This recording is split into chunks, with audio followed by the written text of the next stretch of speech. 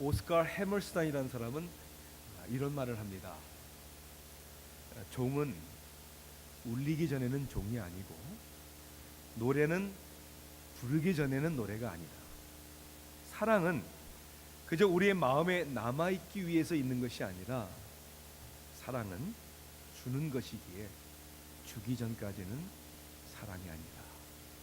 우리가 어떻게 하면 하나님을 더욱 사랑할 수 있는가? 하나님은 우리를 그렇게 사랑해 주셨는데 우리가 더욱 하나님을 사랑해야 되는데 우리가 한 해가 더 가면 갈수록 하나님을 사랑하고 그로 말미암아 너 내 이웃을 내 몸처럼 사랑해야 되는데 우리는 사랑에 대한 이야기를 3주에 걸쳐서 나누고 있습니다. 하나님을 먼저 우리들의 H자로 시작하죠. 우리의 head, 우리의 마인드를 통해서 하나님을 더욱 알아가는 사랑, 그리고 우리의 heart, 우리의 마음으로 하나님을 더욱 예배하는 사랑. 오늘 우리는 hands, 우리의 손, 다시 얘기하자면 우리가 하나님을 위해서 더욱 섬기는 사랑의 삶이 더욱 되어야 되겠다. 본문 말씀은 3주 내내 동일합니다. 먼저 마태복음 22장 37절 말씀입니다.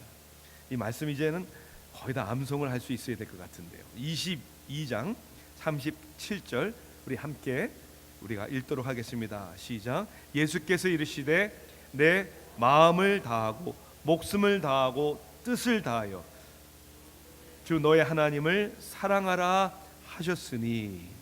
로마서 12장 1절과 또한 2절 말씀입니다. 로마서 12장 1절 2절 말씀. 이 말씀도 우리 함께 읽습니다. 같이 시작. 그러므로 형제들아 내가 하나님의 모든 자비하심으로 너희를 권하노니 너희 몸을 하나님이 기뻐하시는 거룩한 산 제사로 드리라. 이는 너희의 드릴 영적 예배니라. 너희는 이 세대를 본받지 말고 오직 마음을 새롭게 함으로 변화를 받아 하나님의 선하시고 기뻐하시고 온전하신 뜻이 무엇인지 분별하도록 하라.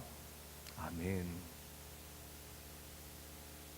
오래전에 이미 은퇴했지만 LA 다이저스라는 야구팀의 감독이었던 타미 르소타라는 분은 자기의 나쁜 습관을 끊는 갈등과 어려움에 대해서 이렇게 말합니다.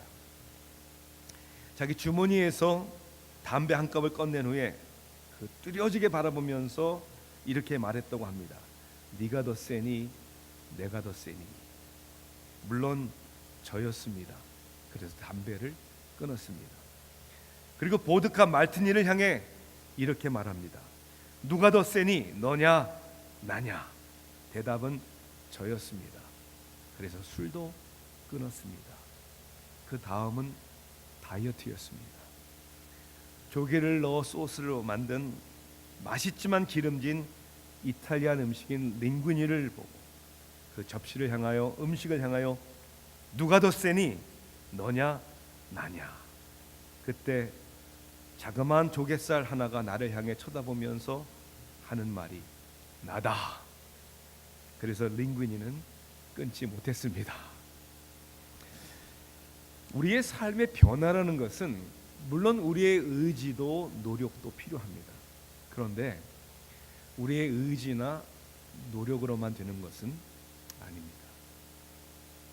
여러분은 뉴턴의 제1운동의 법칙에 대해 들어보셨을 것입니다.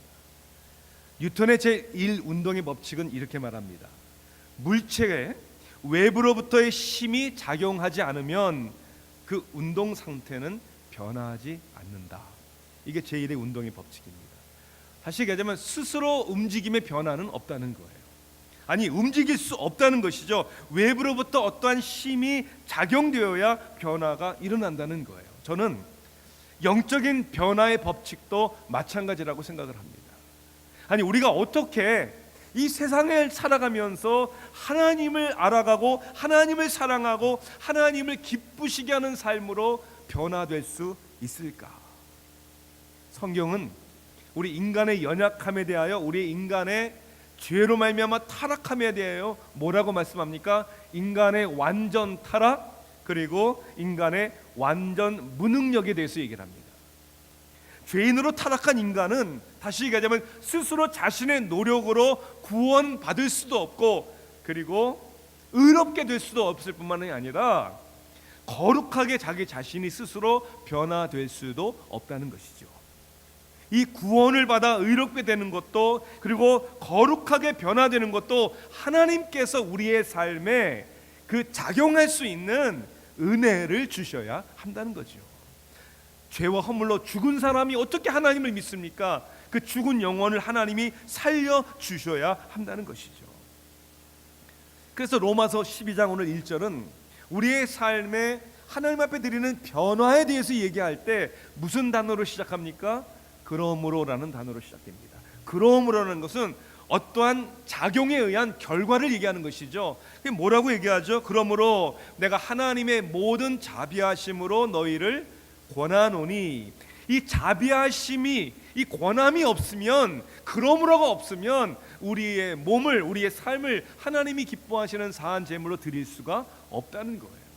이 세대를 본받을 수도 없고, 아니 이 세대와 같이 사람들과 동일하게 살아갈 수밖에 없는 것이 우리 나약한 인간의 모습이라는 것이죠.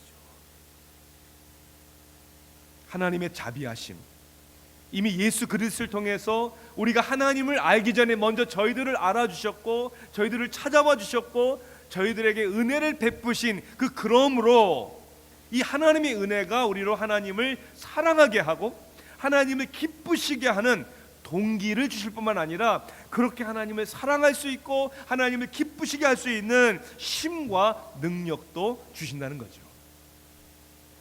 도대체 어떻게 하는 것이 하나님을 기쁘시게 하는 것인가? 어떻게 하면 하나님을 더욱 섬김으로 하나님을 사랑할 수 있는 것일까?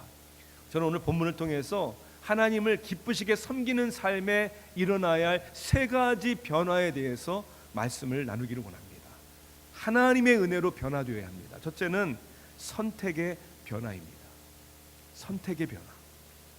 실존주의의 대가였던 샤르트르는 이렇게 얘기하죠. 우리의 인생은 B, birth, D, death. birth와 death, B와 D의 사이 C, choices, 선택이다. 그렇죠. 우리는 태어나서부터 죽을 때까지 우리는 선택을 하면서 살아가는 거예요. 선택이 얼마나 중요한지 모릅니다. 우리가 무엇을 어떻게 선택하느냐가 중요하잖아요. 이 선택이 중요한 이유는 첫째는 현실적인 이유죠. 현실적인 이유라는 것은 우리는 한계가 있는 사람이기 때문에 모든 것을 다 할 수도 없고 모든 것을 다 가질 수 없습니다. 현실적인 이유예요. 그래서 우리는 선택을 할 수밖에 없는 것이죠. 또 하나는 가치관의 이유가 아닐까요? 모든 것이 다 중요하지 않기 때문에 모든 것을 다 선택할 수가 없다는 것이죠. 여러분, 사랑과 결혼은 한 남자와 한 여자의 관계에서만 이루어지는 거예요. 우리는 그래서 일부 다투죄를 거부합니다. 한 사람이 여러 아내를 혹은 한 여자가 여러 남편을 거닐 수 없는 것이 그렇게 할 수 없기 때문이 아니라, 불가능하기 때문이 아니라 중요한 사랑의 관계이기 때문에 우리는 평생을 한 사람을 사랑하고자 그 한 사람과의 부부의 관계로 살아가게 되어 있는 것이죠. 그래서 선택이 중요한 겁니다. 또한 무엇을 선택하느냐가 중요한 이유는 선택은 반드시 어떠한 결과를 초래하기 때문이에요. 이것을 선택하냐 저것을 선택하느냐가 너무나도 다른 결과를 초래하기 때문에 선택을 잘해야 된다는 것이죠. 또한 선택이 중요한 이유는 그 선택이 가져오는 결과만이 아니라 내가 무엇을 선택하느냐가 그 사람의 인격과 그 사람의 가치관과 그 사람의 신앙을 이야기해 주기 때문입니다. 그래서 오늘 로마서 12장 2절에 우리에게 뭐라고 얘기를 합니까? 하나님의 선하시고 기뻐하시고 온전하신 뜻이 무엇인지를 분별하도록 하라. 여러분, 먼저 선택이 되어야 된다는 것이죠. 여기에는 이제 하나님의 뜻이라고 그랬잖아요. 어떤 뜻이요? 선한 뜻, 하나님이 기뻐하시는 뜻, 하나님이 보시기에 온전하신 뜻이라고 되어 있죠. 이 이야기는 우리가 선택할 때 나에게 기쁘고 나에게 유익한 것이 뭐냐, 이거와 상관이 없다는 거예요. 내게 기쁜 것이 아니라 하나님이 기뻐하시는 선택을 내려야 된다는 것이죠. 또한 내가 이거를 할 수 있느냐 없느냐, 이것이 나에게 얼마나 부담이 되고 내가 그것을 선택하는 데 있어서 얼마나 대가를 치러야 하느냐, 이것과도 상관이 없다는 거예요. 어떠한 대가를 지불하더라도 그것이 하나님이 보시기에 온전하신, 즉 옳은 일이라면 그 대가를 지불하더라도 그 선택을 내려야 한다는 것이죠. 하나님이 보시기에 선하시고 기뻐하시고 온전하신 뜻이 무엇인지를 분별하고 우리는 인생 삶을 다하도록 그것을 선택하며 하나님을 사랑하며 섬기며 살아야 하는 것이죠. 그런데 왜 많은 사람들이 이러한 하나님이 기뻐하시는 선택을 내리지 못할까요? 그것은 바로 2절이 우리에게 얘기하는 바를 아직 극복하지 못하기 때문이에요. 그것은 너희는 이 세대를 본받지 말고, 그렇게 되어 있어요. 이 세대를 본받지 말다는 뜻이 무슨 뜻일까? 그래서 세번역은 이렇게 얘기합니다. 이 세상의, 이 시대의 풍조를 따르지 말고, 이렇게 되어 있어요. Patterns of this world. 여러분, 우리가 살고 있는 이 세상 안에는 세상의 방식이 있잖아요. 하나님을 모르는 사람들의 방식, 그저 자기가 최고이고 자기가 전부인 줄 알고 살아가는 사람들의 가치관이나 그들의 풍속을 하나님을 믿는 사람들이기 때문에 우리는 아니다, no 할 수 있는 사람이 되어야 한다는 것이죠.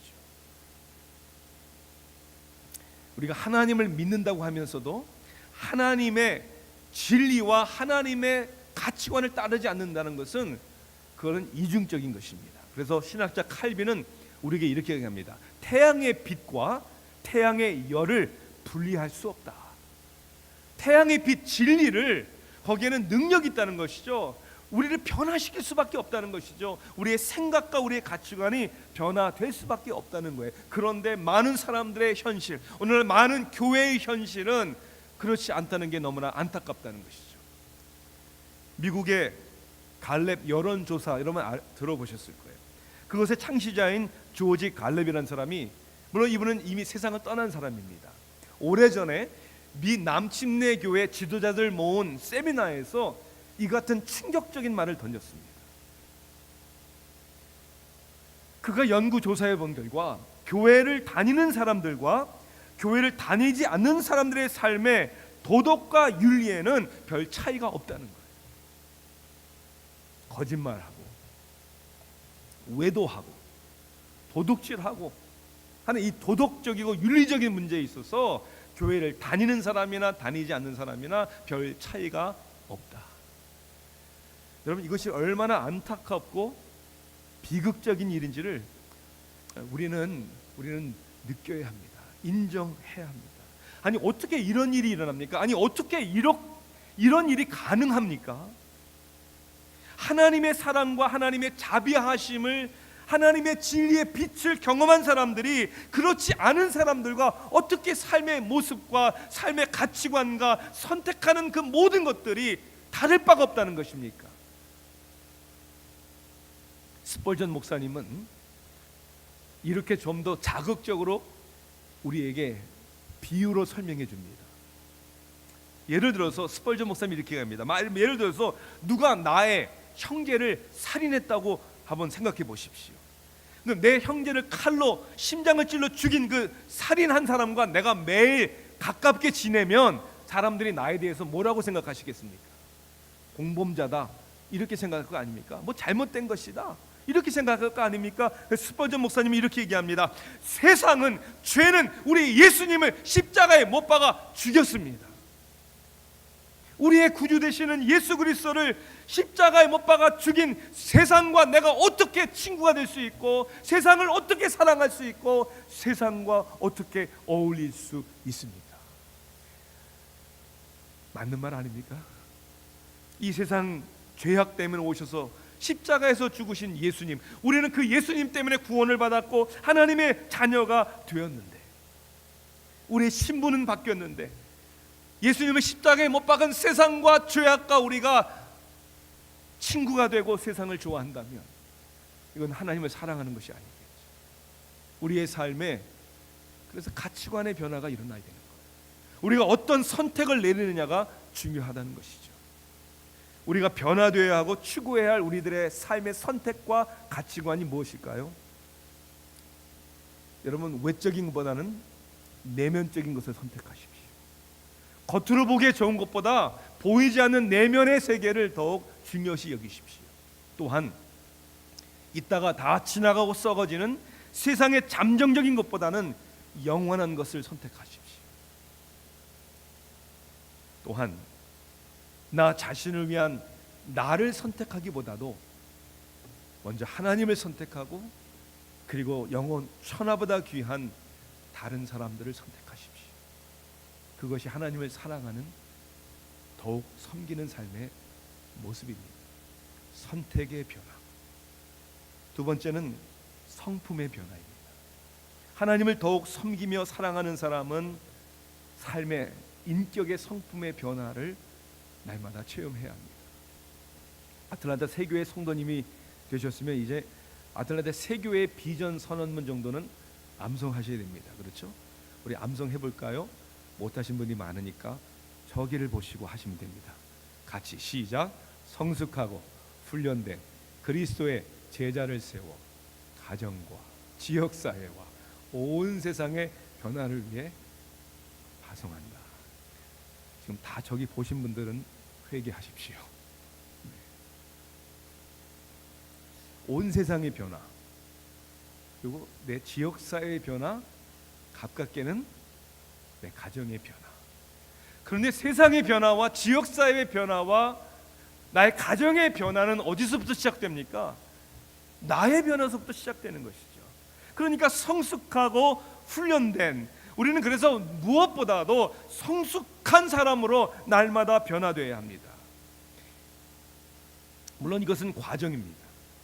그래서 우리가 나이가 한 살 더 먹어가면서 무구내를 보내고 새해를 맞이하면 할수록 더욱 이전보다 성숙한 사람이 되어야 하는 것이죠.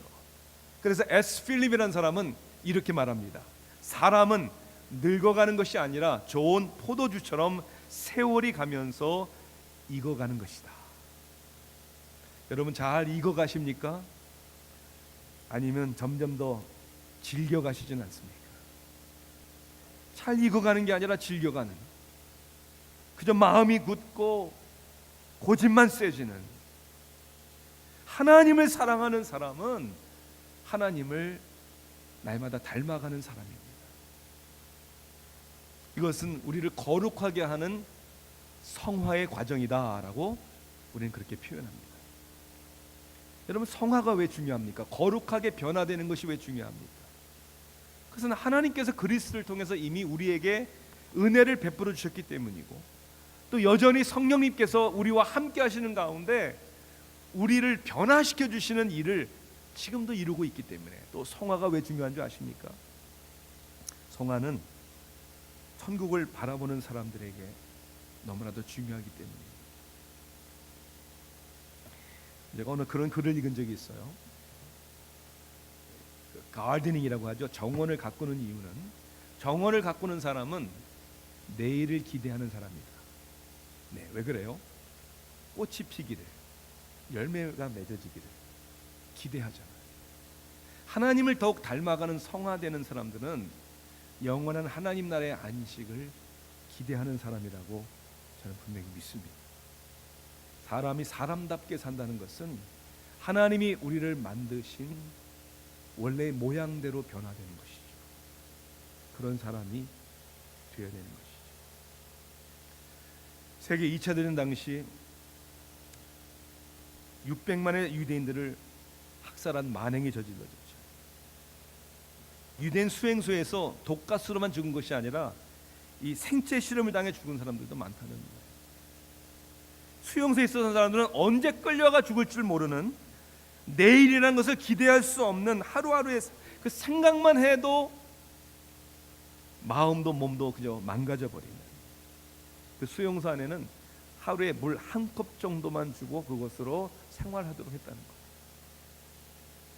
그런데 그 수용소 안에서 그 물 한 컵만 주니까 목욕이나 할 수 있습니까? 어떻게 하십니까? 그냥 지저분하게 포기하며 살아간 사람이 많은데, 어느 한 사람은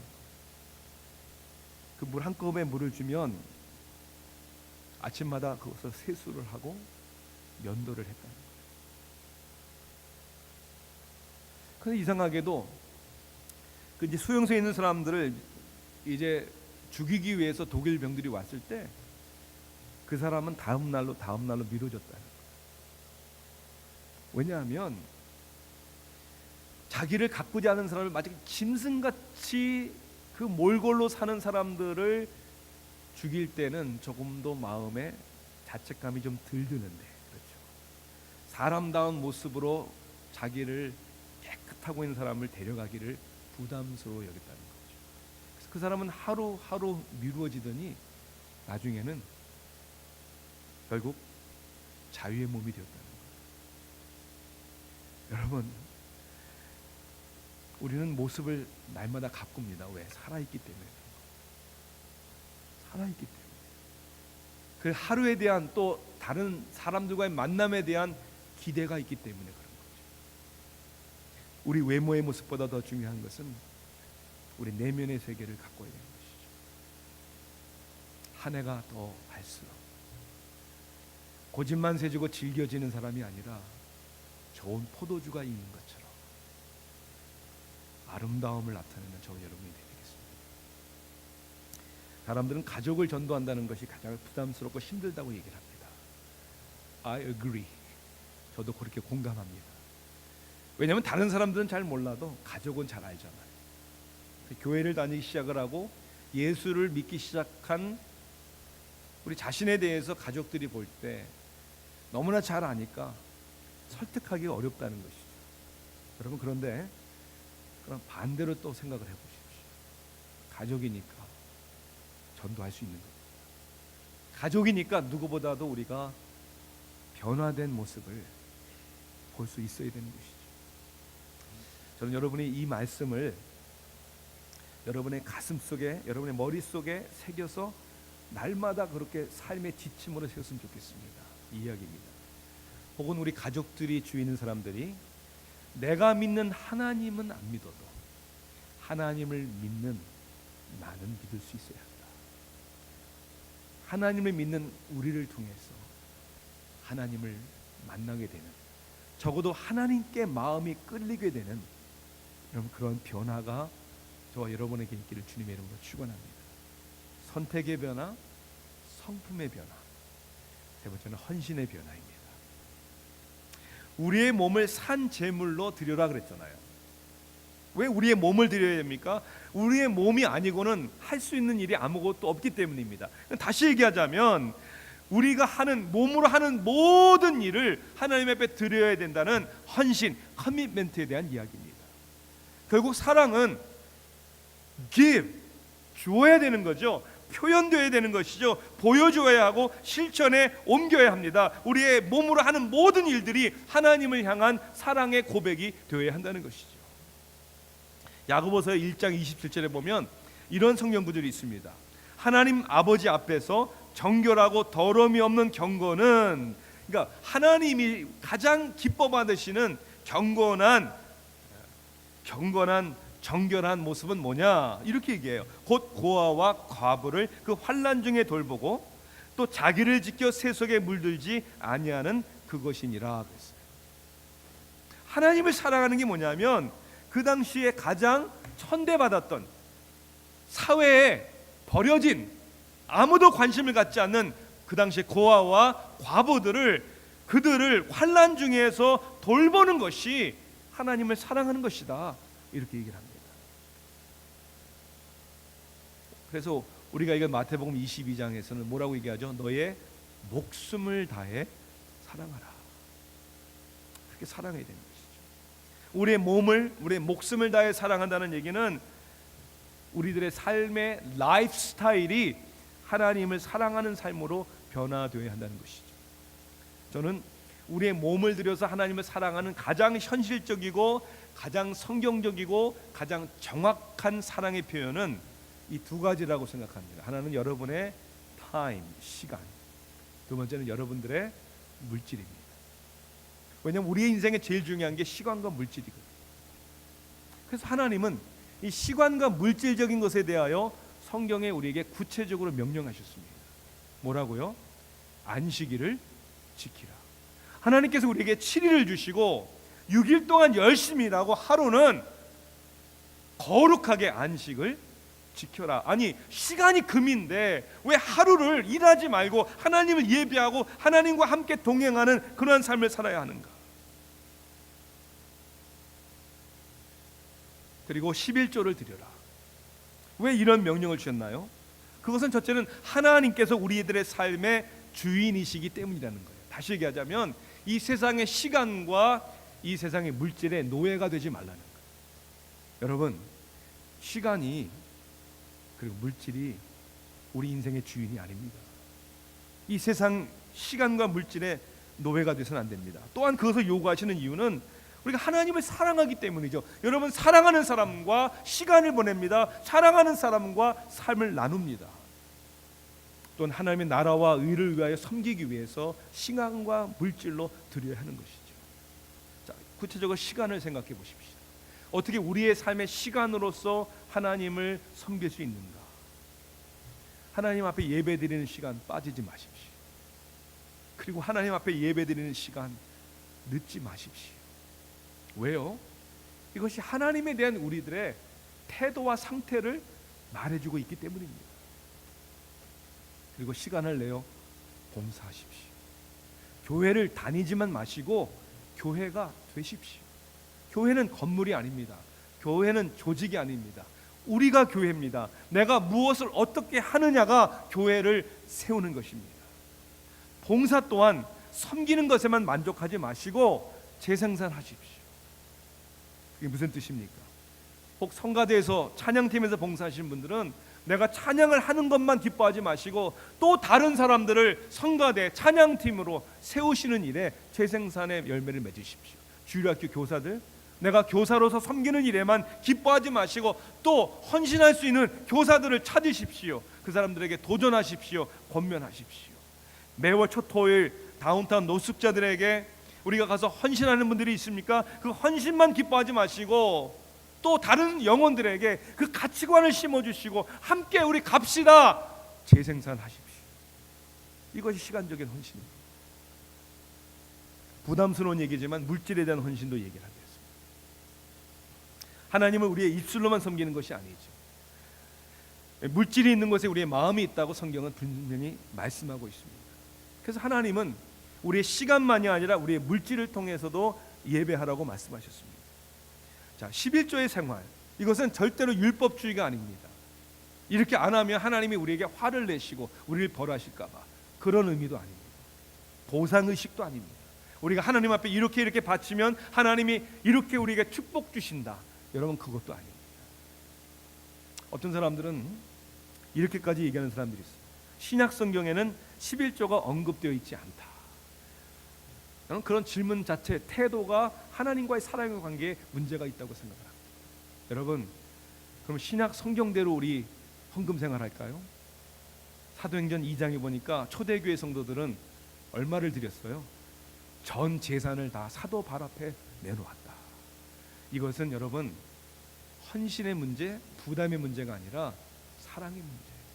하나님을 사랑하고 내 이웃을 내 몸처럼 사랑하면 필요를 보면 다 드릴 수 있는 거죠. 내 가족을 위해서 다 드릴 수 있는 거죠. 사랑하기 때문에. 저는 새해 여러분들이 작게나마 그런 시간적 물질적인 헌신을 저는 시작해 보시기를 부탁을 드립니다. 하나님 앞에 우리가 또한 선교사들을 파송하기 위해, 지역사회를 섬기기 위해서, 내가 직접 가지 못해도 파송받아 가는 분들을 위해서, 우리 지역사회를 변화시키는 분들을 위해서 기도로, 봉사로, 물질로 헌신하는 것이 얼마나 중요한지 몰라요. 얼마 전에 제 친구 목사님을 만났습니다. 미국과 카나다에서 21년 동안 목회를 하다가 목회가 굉장히 힘들었던 것 같아요. 그가 선택한 사역은 중국과 동남아시아를 순회하면서 말씀을 가리키는 순회 선교사가 되는 것이었습니다. 중국도 그냥 대도시가 아닌 가정교회를 목회하는 사람들, 저 시골 그것을 찾아가서 그들과 밤낮으로 성경 공부하고 그들 가르치는, 그 친구 목사님이 저를 만나면서 그렇게 얘기해요. 신 목사님, 목사님도 저를 위해서 기도해 주시고 작게나마 한 달에 100불씩이라도 후원해 주세요.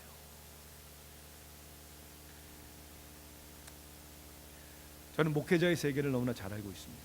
남자의 세계를 너무나도 잘 알고 있습니다. 그 말 하는 거 굉장히 자존심 상한 일입니다. 얼마나 마음에 찔렸는지 몰라. 내가 이렇게 부탁을 받기까지 나는 뭐 하고 있었는가.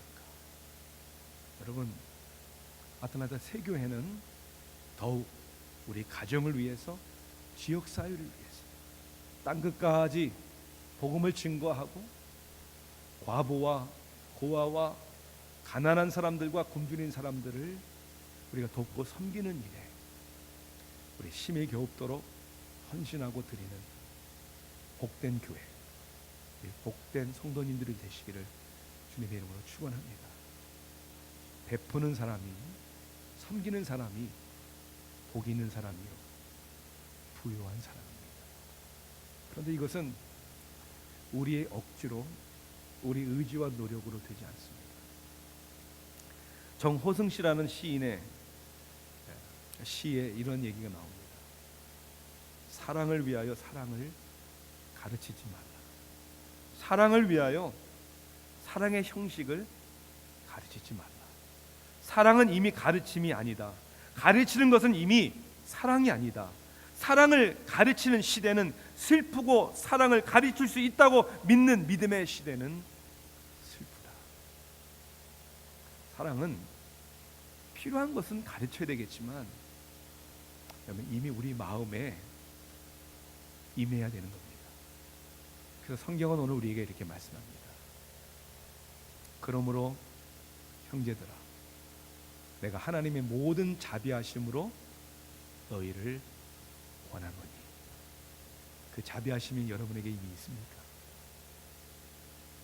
하나님이 우리를 어떻게 사랑하셨는지, 우리의 죄를 어떻게 용서하셨는지, 우리를 구원하시기 위하여 우리 하나님은 무엇을 희생하셨는지, 그 사랑이 여러분에게 이미 있습니까? 그러면 하나님을 더욱 섬기며 우리의 선택을 통해, 우리의 성품의 변화를 통해, 그리고 우리의 헌신을 통해 사랑할 수 있게 될 줄로 믿습니다. 기도하시겠습니다. 하나님,